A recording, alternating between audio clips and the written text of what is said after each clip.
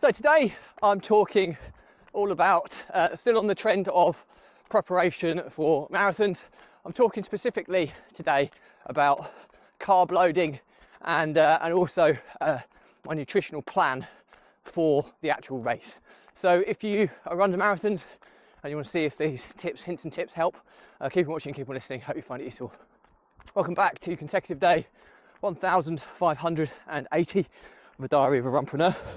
If you believe in my mission of saving the lives of children by attempting the ultimate ultramarathon of run vlogging on consecutive days, the distance of a lap of the world, barefoot style, then do give this a subscribe, share, like and comment. More people we get in front of, more money we raise, more children's lives we save, which is why I do this every single day. Thank you as always, and let's get started.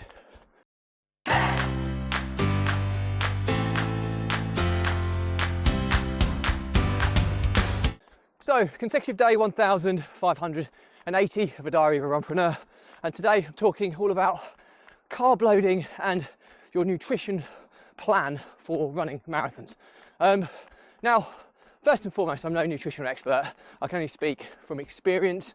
I've had nutrition plans go incredibly well, where I've achieved decent running marathon times, and I've also had marathon attempts that have gone horribly wrong, probably due to poor race strategy accompanied by poor nutrition.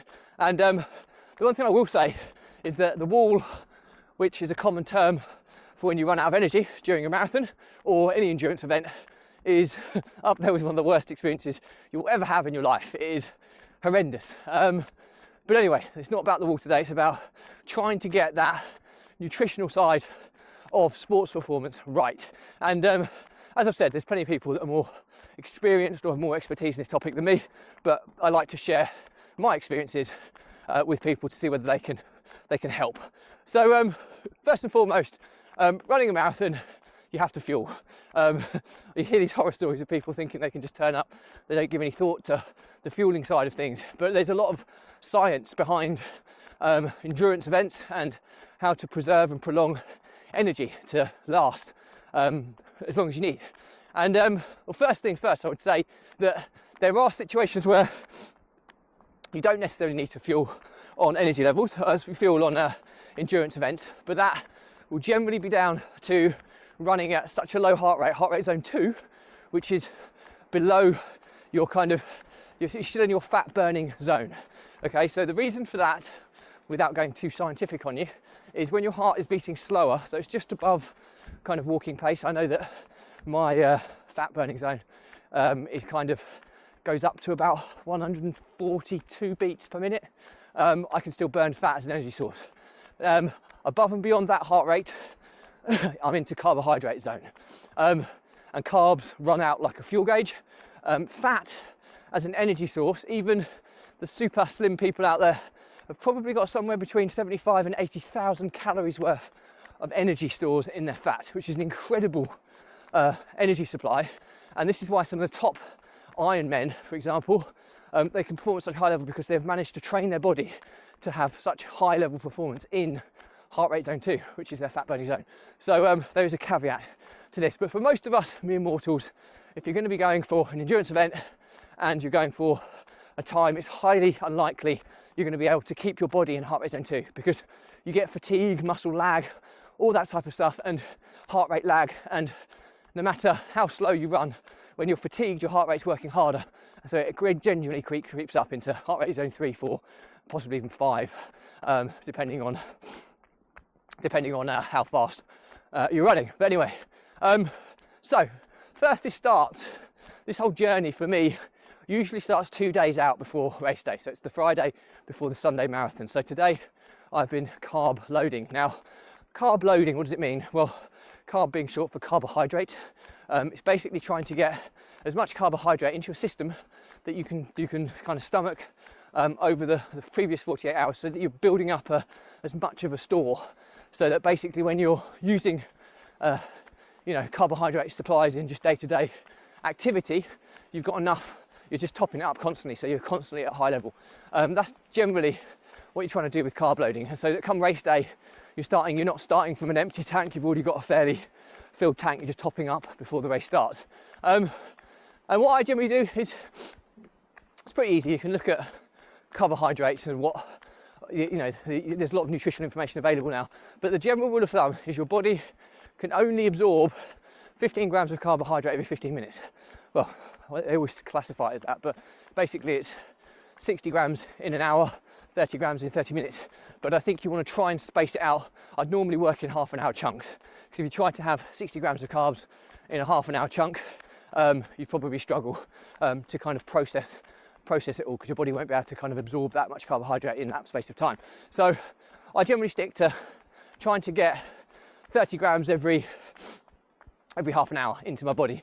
Not every single half an hour, but so basically I'm just trying to eat high carbohydrate food. So it's going to be different for each and every one. I've changed a little bit this time, because I've since been using Zoe app, which is a different topic altogether, but it's sports related science data about my body and the impact of foods on my body. So my carbohydrate loading has been slightly biased now, based on my results, which is sensible to do. But for the most people, if you're not doing that level of extremity, pastas, potatoes, fruit, you can even get away, at worst case is you can even kind of get stuck into things like your energy drinks and energy sweets, sugar, all these types of things you can kind of get away with when you're carb loading, because you're going to be using it. If you did it in your day-to-day life and didn't burn it, then it would probably convert into fat, and you probably get a bit of body fat increase. But when you're running endurance events, you're building up a supply and you will be using it on the event. So give yourself a little bit of a break. But anything with high levels of carbohydrates, so I just look at anything I'm consuming. I'll Google or ChatGPT the basic nutritional information on what I'm putting in my mouth, and I'll try and stick to 30 grams every half an hour from when I'm eating. So for example, if I'd normally have a single eating session, I might space a breakfast or a lunch over maybe 4 courses at half an hour intervals, to try and get the maximum amount of carbohydrates I can take. If I try to do it in a too short space of time, I struggle. Just my experience, but I think there's a lot of science that backs this up. Then we're on to race day. So you're going to do that for the 48 hours before. So whenever you're doing your meals, I'd try and get, somewhere, if you can get 120 grams of carbohydrate in your body over a 2-hour window, you can do that 2 or 3 times a day prior. You're going to be pretty well stocked in the carbohydrate front. Be careful, you've got to think about digestion as well. Make sure you can stomach all of this. It's not potentially enjoyable. Sometimes you feel like you're eating for the sake of eating, but you're actually eating for the sake of an endurance event. So it is quite important to get that balance right. But now we move on to race day. So you've carb loaded for 48 hours before the event. Some people do it for longer. I generally stick to about 48 hours. Seems to work for me. And then on race day, you're then trying to stick to the same ritual, but you're going to get up and you'll be eating your first food at least 3 hours before the race start. So generally, speaking, I'd normally 3.5 to 3 hours. Usually one of those points, I'll have my breakfast. And for every half an hour window up to marathon start line, I'll be trying to absorb 30 grams of carbohydrate in whatever format. Now, there is a strategy here, because obviously you don't want to be packing food into your mouth half an hour before you start a marathon.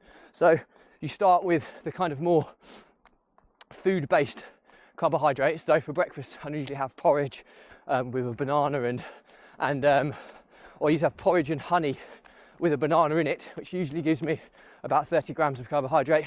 And then I'll have for the first half an hour, I'll then probably have a banana or an energy bar in the second half an hour to try and boost that up. And I'm then, as I'm getting closer to the race start, I'll start switching out from solid foods. I'll keep on energy bars because they're generally quite easy to digest usually, and I'll switch to energy drinks as well, so that I'm now taking in more fluids, because hydration is really, really important. And I'll come on that before I finish this episode. And then before the start, I'm then onto gels. Even an hour before I start, I'll be starting to take a gel every half an hour. And that will give me 30 grams of carbohydrates or thereabouts every single half an hour, right the way up to race start. Now, the other thing about it is hydration. So when I'm carb loading, I'll also be trying to take in plenty of fluids, and I'll generally start usually the day before. I'll then start drinking hydration tablets, so with electrolytes and things, so I can start retaining fluids in my body.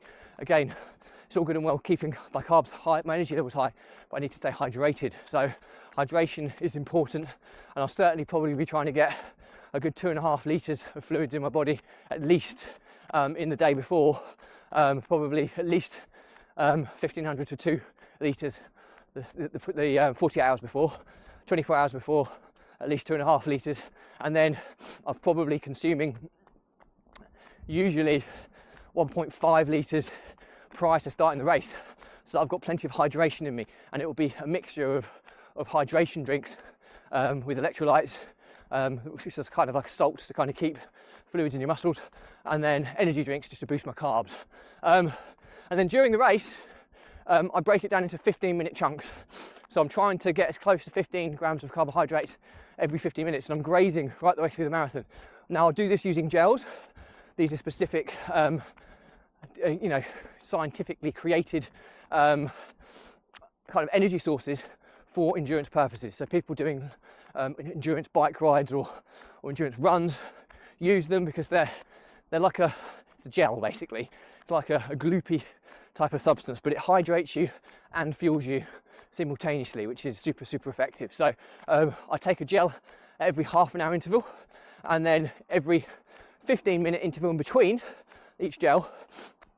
I use it work in half-an-hour cycles, but I have 2 sets of half-an-hour cycles. So I might have, if you're starting at 10 o'clock, 10 and half past the hour will be my gel cycle. So every time, the 1 o'clock, 2 o'clock, and the half past, I'll be doing the energy gels, and then at the quarter past and the quarter to, I'll be taking energy sweets just to boost the carbs, because energy gels have 22 grams of carbohydrate in them, and the sweets I'll take 8 carbohydrate grams within the sweets for the equal 50-minute slice, just so that I can get, again, 30 grams every half an hour. And I do that right the way through to finish. And generally speaking, as long as my race strategy isn't crazy and I don't go off way out of my comfort zone or outside what I've trained for, that keeps me pretty well fueled through to finish. It doesn't mean it doesn't hurt, it just means that I can keep going. There's a big difference between when you can't keep going and when you can keep going, so bear that in mind.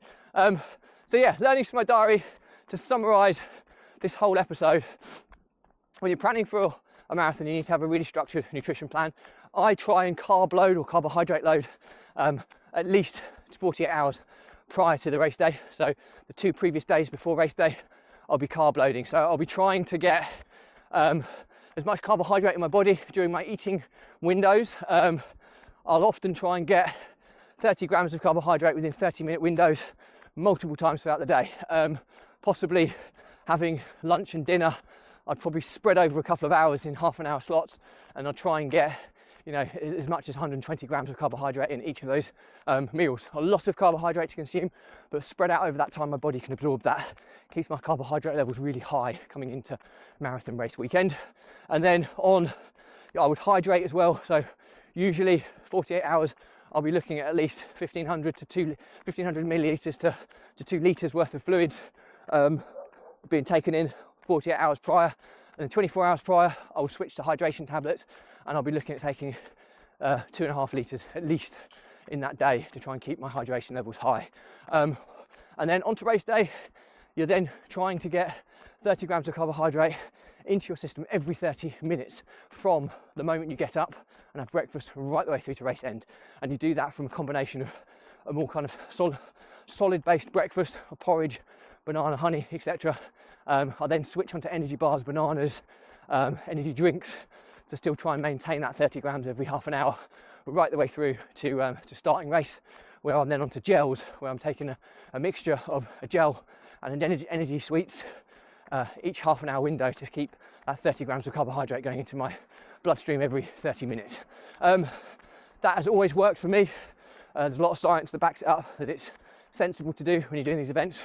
But again, the key thing is test what works with your body, your digestive system, to make sure that it's working for you. Anyway, questions or comments, drop me a line. I'll respond to everyone. But please, if you do believe in my mission of saving the lives of children by attempting the ultimate ultra marathon of run vlogging on consecutive days, distance for lap of the world, barefoot style, then do give this a subscribe, share, like and comment. More people we get in front of, more money we raise, more children's lives we save, which is why I do this every single day. Thank you as always. Stay positive, stay happy. I'll see you again tomorrow.